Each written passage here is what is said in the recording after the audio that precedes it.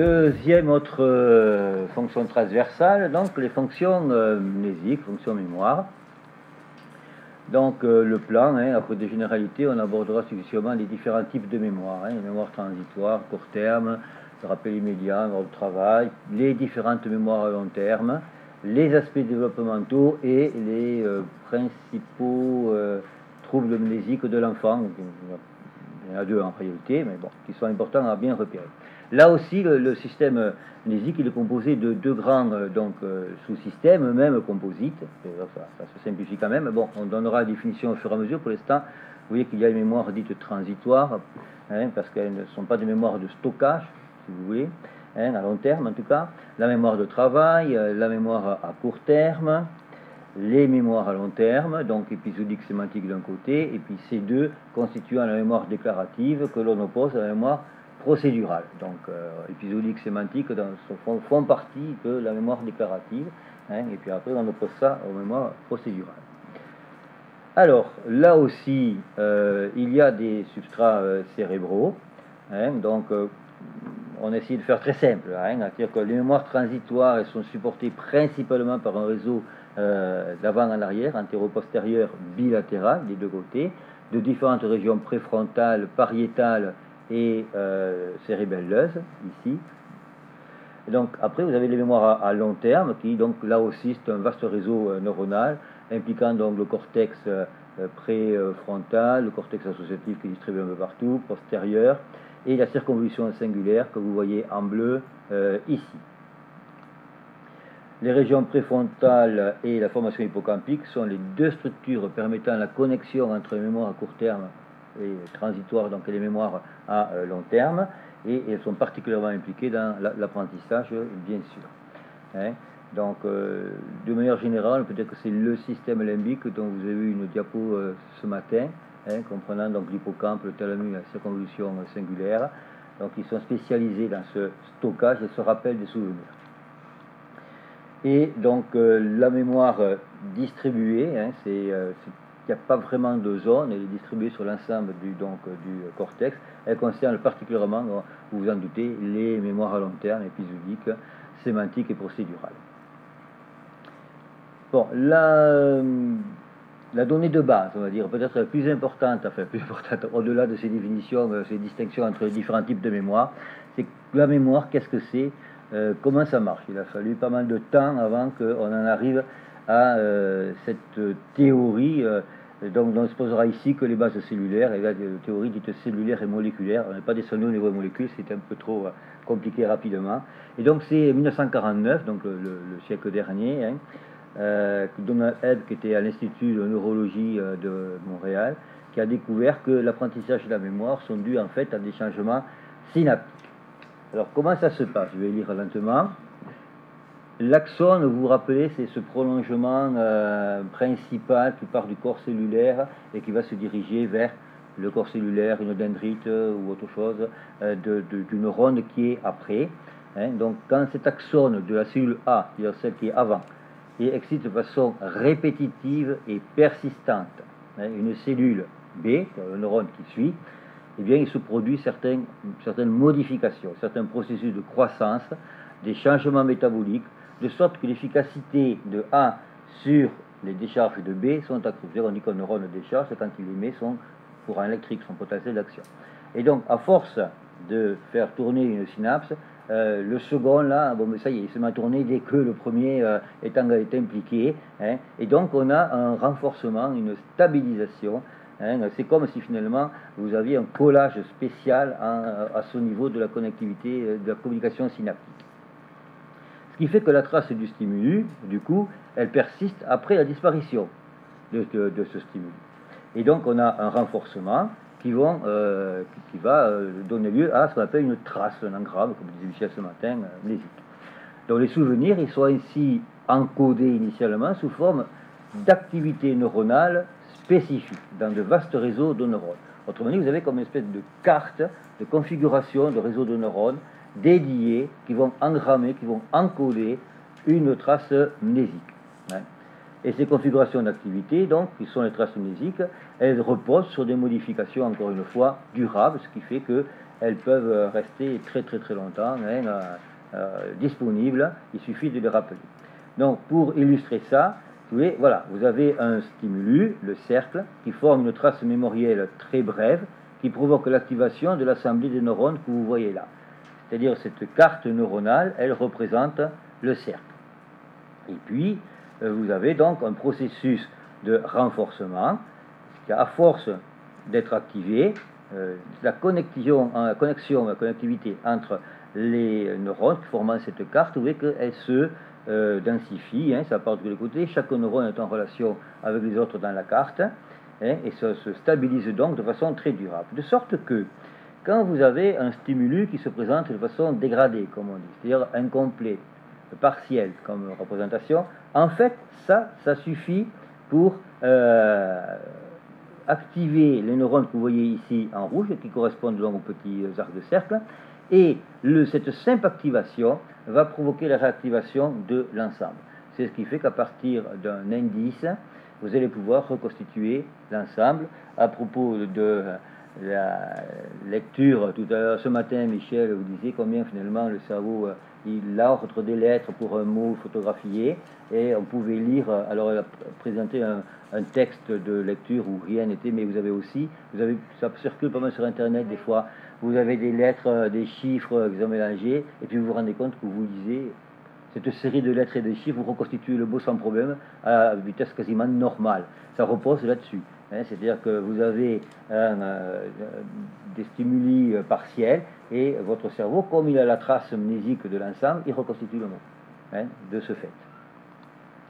Voilà, c'est le renforcement stabilisé. Lorsqu'une seule partie est présentée, il se produit une activation partielle, et cette activation partielle diffuse à la carte. Par exemple, une fleur, vous avez tous les stimuli qui apparaissent en même temps, visuel, factice, tactile, ça pique, etc. À l'abord des définitions, les mémoires transitoires, donc, la mémoire de travail, c'est garder l'information en mémoire pendant quelques secondes. Donc, au départ, c'est juste inférieur à 2 secondes et pas plus de 5 à 7 éléments. Ça, c'est bien mystérieux, mais ça a été montré par tout le monde. Si vous voulez augmenter la taille, il faut... vous ne pouvez pas augmenter le nombre d'éléments, mais vous pouvez augmenter la taille des paquets. C'est ce qu'on fait pour les numéros de téléphone. Vous les regroupez par 2, on peut les regrouper par 3, enfin, etc. Voilà. Donc, on effectue un travail sur ces informations pour pouvoir les manipuler. Exemple, par exemple, 6 multiplié par 3, après vous conservez en mémoire de travail le résultat, vous rajoutez 2, vous conservez le résultat, vous rajoutez 5. D'accord? Ou je vous donne une série de chiffres et vous êtes capable de me les répéter à l'envers. Tout ça, c'est de la mémoire donc de travail. Elle est indispensable pour l'accès au sens. Je vous disais ce matin que quand on lit un texte et qu'on consomme sur le plan cognitif énormément d'énergie à déchiffrer le texte, la tulipe pousse dans le jardin des plantes. Maman n'est pas contente, pourquoi? Qu'est-ce qu'elle pousse où la tulipe? Oh, ben, je sais pas, c'était dit ça le texte. Voilà, donc beaucoup de difficultés. Alors, il faut faire attention là aussi. Un enfant, on va dire, ne comprend pas. Il ne comprend pas les consignes, il y en a 4 à la fois. La quatrième, il n'a pas retenu la première.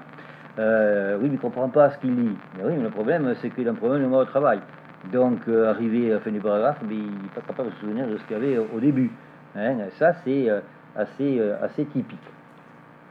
Donc, c'est important. Voilà, l'exemple pris ici. Donc, l'analogie, c'est une mémoire vive des ordinateurs. Donc, c'est une mémoire volatile, labile. Il y a constamment des phénomènes de mise à jour de la mémoire de travail en fonction des nouvelles entrées. Il faut que les anciennes s'en aillent. Et puis, donc, comme dit Michel, cet aspect donc, de jongleur, un aspect donc, dynamique, plus. Donc, ce qu'il faut retenir, c'est que cette mémoire de travail ne peut stocker très temporairement qu'un nombre limité d'informations, qu'il y a des informations qui arrivent constamment, et que donc il faut constamment mettre des mises à jour. Alors, inférieur à 2 secondes, ce qu'on ne vous a pas dit, ce qu'il aurait fallu développer le modèle de la mémoire de travail de Baddeley, c'est qu'en réalité, oui, inférieur à 2 secondes, juste pour l'unité de stockage très temporaire, parce qu'après vous avez ce qu'on appelle des aides, la boucle phonologique, vous faites tourner en boucle finalement l'information qui n'est plus en présence, c'est là que vous l'avez plus disponible perceptivement, mais vous la faites tourner en boucle, ce qui fait que quand même vous êtes capable de dépasser les 2 secondes pour vous rappeler ce qu'il y a à voir au travail.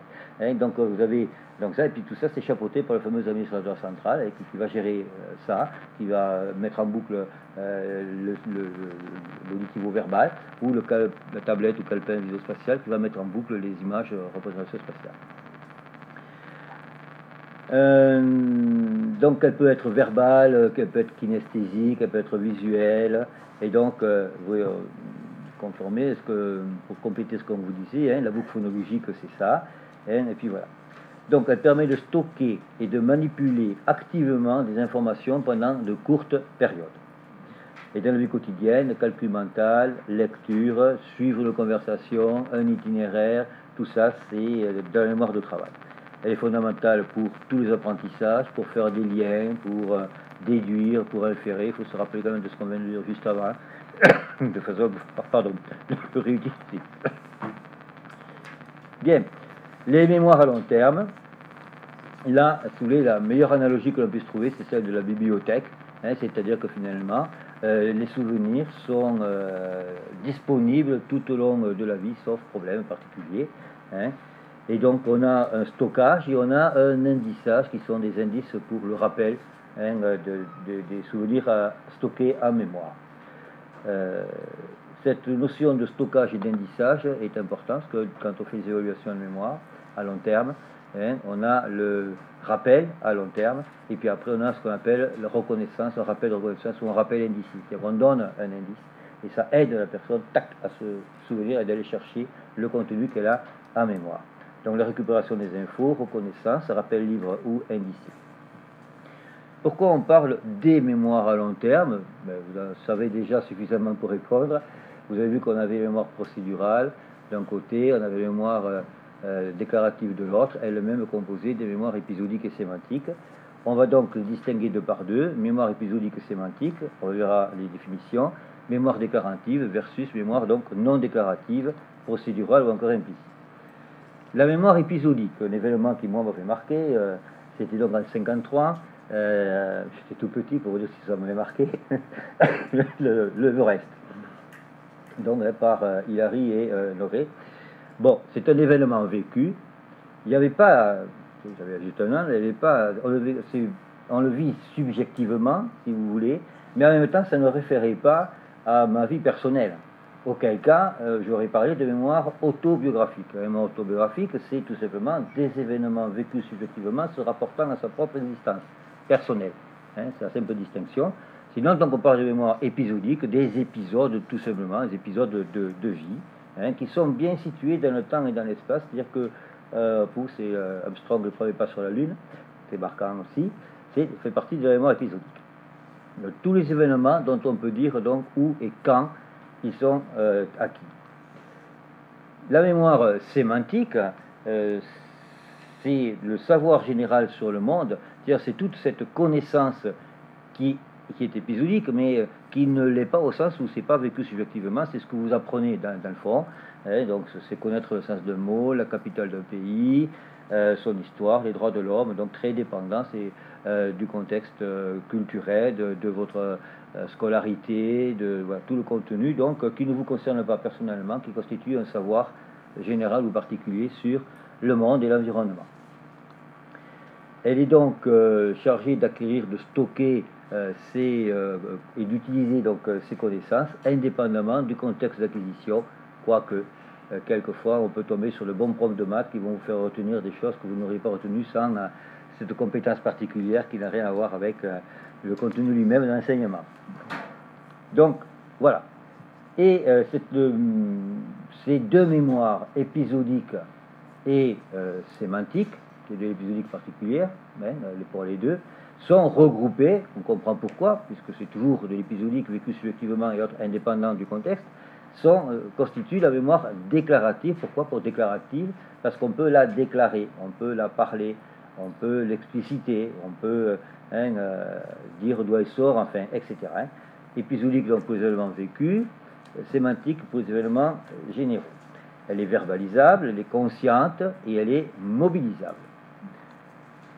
Et on va opposer cette mémoire déclarative, explicite, consciente, à la mémoire procédurale, qui, elle, vous vous en doutez, va avoir les propriétés symétriques.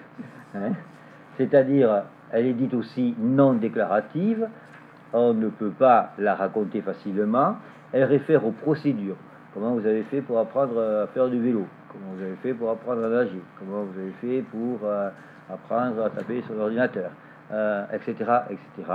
Donc c'est le savoir comment, c'est le savoir-faire, hein, tout un ensemble d'apprentissage qui finalement n'est pas très conscient, ou en tout cas les processus mobilisés ne sont pas conscientisés de façon aiguë, hein, et donc on ne peut pas par conséquent les raconter, on ne peut pas les expliciter, ces apprentissages, comme on peut le faire pour les contenus en mémoire déclarative, épisodique, sémantique. Elle intervient lors de l'acquisition de compétences motrices, etc. Elle est qualifiée d'implicite du fait que l'on n'a pas conscience, hein, du contenu, de son contenu. Donc, synthèse de ce dont nous venons de parler. Dans la mémoire, ici, mémoire de travail, je vous rappelle que vous aviez la mémoire à court terme, la mémoire de rappel immédiat, la mémoire de travail proprement dite. Enfin, actuellement, on considère que tout un petit peu doit être regroupé sous la dénomination mémoire de travail, mais bon, après c'est l'affaire des spécialistes. Et puis après, donc, non consciente, la mémoire procédurale versus mémoire consciente, la déclarative. Vous remarquez que le langage est tout à fait déterminant dans la constitution de la mémoire déclarative. Autre type de mémoire particulièrement important, c'est la mémoire prospective, pour parler de la capacité de se souvenir d'une action que l'on doit réaliser dans le futur. C'est la plainte majeure des parents qui arrivent avec leur enfant en consultation et qui vous disent « Non mais là, je lui ai dit il y a 3 heures de me faire ça, il ne le fait pas, ils se moquent de moi, c'est pas possible. » C'est la plainte majeure des épouses qui voient leur mari rentrer à la maison sans ramener le pain qu'il devait ramener. Il est où le pain? Ah, le pain, je devais ramener du pain, tiens. Bon, voilà. Donc vous voyez que cette mémoire prospective, elle est à l'origine de pas mal de tensions, pas de conflits quand même, quoique ça va jusque-là, mais enfin, il est bien sur la sellette dans la vie quotidienne. Donc très important dans la vie quotidienne. Et cette mémoire donc prospective, je vous l'ai dit, fait l'objet, quand les parents parlent de problèmes de mémoire de leur enfant, c'est ça. Il y en a une autre dont on parlera tout à l'heure, mais celle-là, elle est pas mal sur la sellette. Dans les données développementales, dès la naissance, dans la boîte à outils, la mémoire c'est comme l'attention, hein, le système c'est comme le système attentionnel, ce n'est pas un apprentissage, c'est une acquisition, c'est une maturation à partir de données présentes à la naissance. Dès la naissance, donc elle est là, et elle poursuit sa maturation au cours de la première année, et puis donc les 6 premiers mois sont le théâtre d'amélioration assez impressionnante de la mémoire. La capacité à se souvenir, en particulier, est présente donc dès l'âge de 6 mois. À partir de 8 mois, l'enfant, il peut penser qu'il y a des œufs de Pâques qui ont été planqués quelque part, là, et qu'il faudrait peut-être bien partir à leur recherche, à 4 pattes, ou peut-être déjà sur les fesses, puisque, effectivement, tout à l'heure, je disais qu'ils n'avaient jamais vu ça, mais ils le faisaient quand même. Un panier d'œufs en chocolat qui n'est pas physiquement présent et le réclamer. Ça veut bien dire que c'est en mémoire. D'accord? De 8 à 18 mois, la mémoire sémantique, c'est la mémoire des faits généraux, qui ne concerne pas le vécu subjectif de l'enfant. Cette mémoire sémantique se développe de façon importante avec la conscience des choses, des personnes, des lieux, de certains concepts. Hein, conscience des choses, conscience de soi, vous voyez le parallèle qu'il y a à faire là aussi, hein, et combien finalement ces capacités de mémoire épisodique et de mémoire sémantique sont en lien avec l'émergence de la cognition sociale. C'est intriqué tout ça. Dès l'âge de 4-5 ans, ça y est, c'est bon, il y a une quantité de connaissances sémantiques extraordinaires, hein, effectivement, donc grande section maternelle, les enfants connaissent beaucoup de choses, et tout ça c'est stocké dans la mémoire à long terme sémantique. Entre 3 et demi et 4, on a une mémoire autobiographique qui devient consciente. hein. Et de 3 à 5 ans, c'est essentiellement donc, les événements de vie quotidienne. Et puis après, donc, on a des capacités d'accéder à des souvenirs spécifiques. Alors après, il y a la fameuse amnésie infantile, effectivement. Qu'est-ce qui se passe autour de ces âges-là? Puisqu'après, un adulte, tu ne vas pas être capable de faire remonter des souvenirs au-delà de 4-5 ans. Hein. Or, on a montré aussi que un enfant de 4 ans, on va prendre 3 ans et demi, est capable de se rappeler de l'événement vécu à 2 ans et demi. Si vous ne lui posez pas de questions et que vous lui reposez la question à 7 ans ou 9 ans, ben, l'événement de 2 ans et demi dont il avait le souvenir à 4 ans et demi, ça ne se rappelle plus. Alors, vous voyez qu'il y a quelque chose là qui se passe autour de ça. Il y a dans la bibliographie, vous avez un excellent bouquin de Narbona qui s'appelle La mémoire chez l'enfant, qui traite de ce sujet. Si vous voulez aller plus loin là-dessus, on ne peut pas développer ici. Donc, vous voyez que la mémoire, donc, elle se fait de façon un petit peu continue, et à partir de 6 ans, là aussi, le langage comme médiation provoque d'importants changements.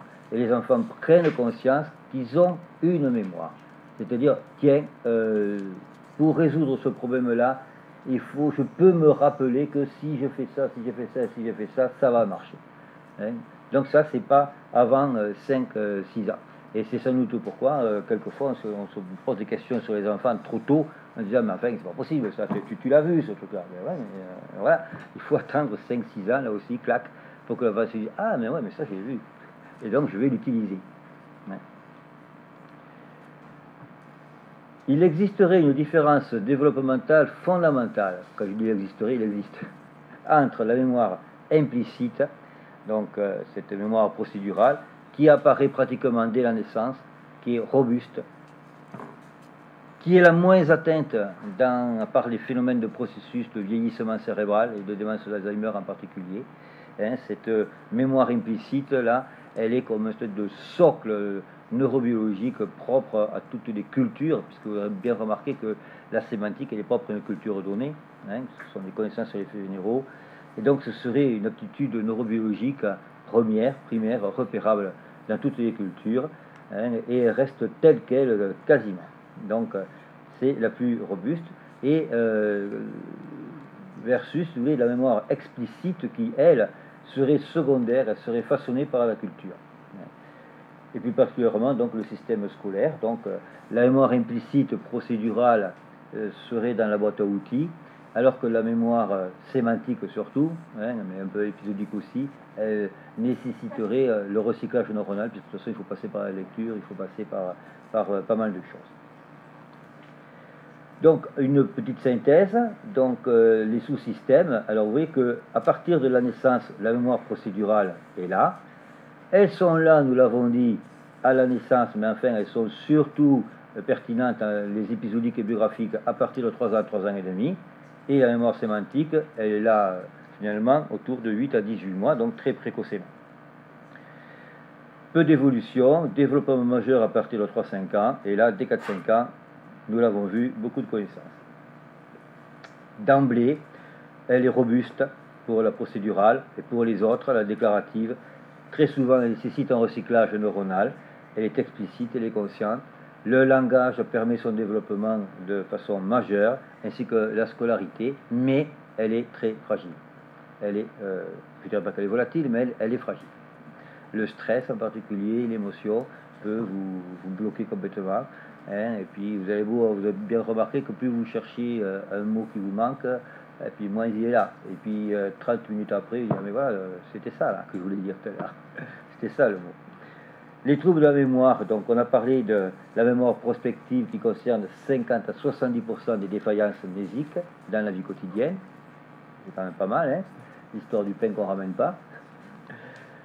Et les enfants, pour la mémoire de travail cette fois, des troubles vont rendre l'accès au sens très difficile, mais ça nous l'avons déjà dit, hein, pour l'accès au sens dans un texte, mais également pour suivre une conversation, il faut mémoire de travail. Hein. Et par ailleurs, donc, c'est important aussi pour l'acquisition du langage écrit, hein, puisque Il faut se rappeler des combinaisons, il faut BA ça fait bas, tu es U, enfin, etc. Donc c'est fortement mobilisé là aussi.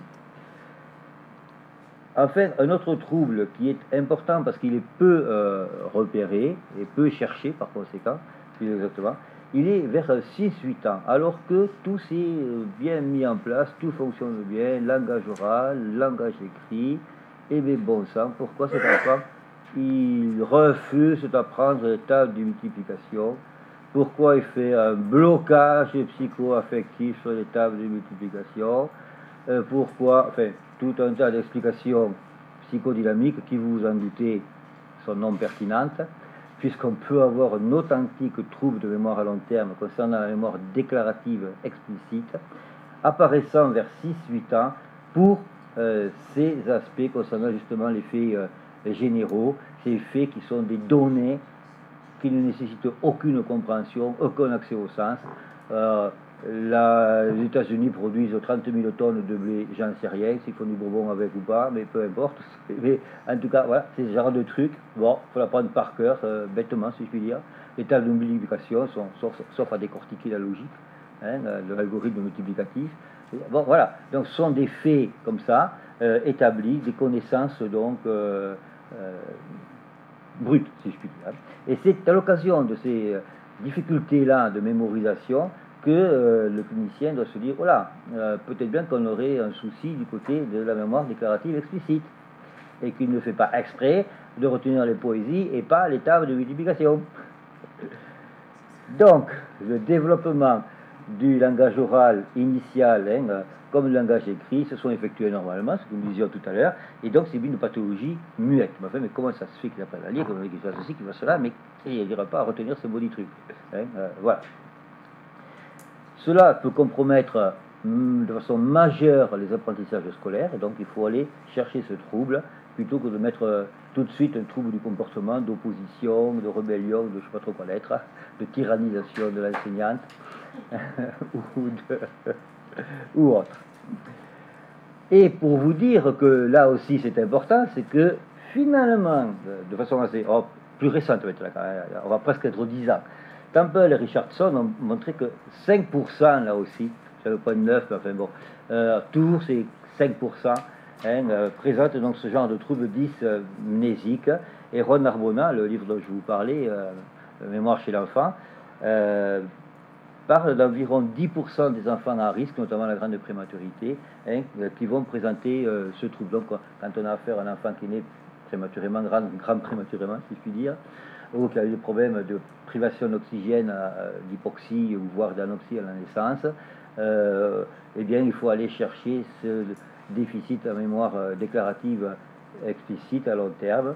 Et donc là aussi, eh bien, on est toujours dans les fameux, si on prend une médiane là, 5%, une moyenne, je sais pas comment, que ce soit en dyslexie, que ce soit en dysorthographie, que ce soit en dyscalculie, que ce soit en dysattentionnel, que ce soit en dysmnésique, en dysexécutif, vous avez toujours ces 5%.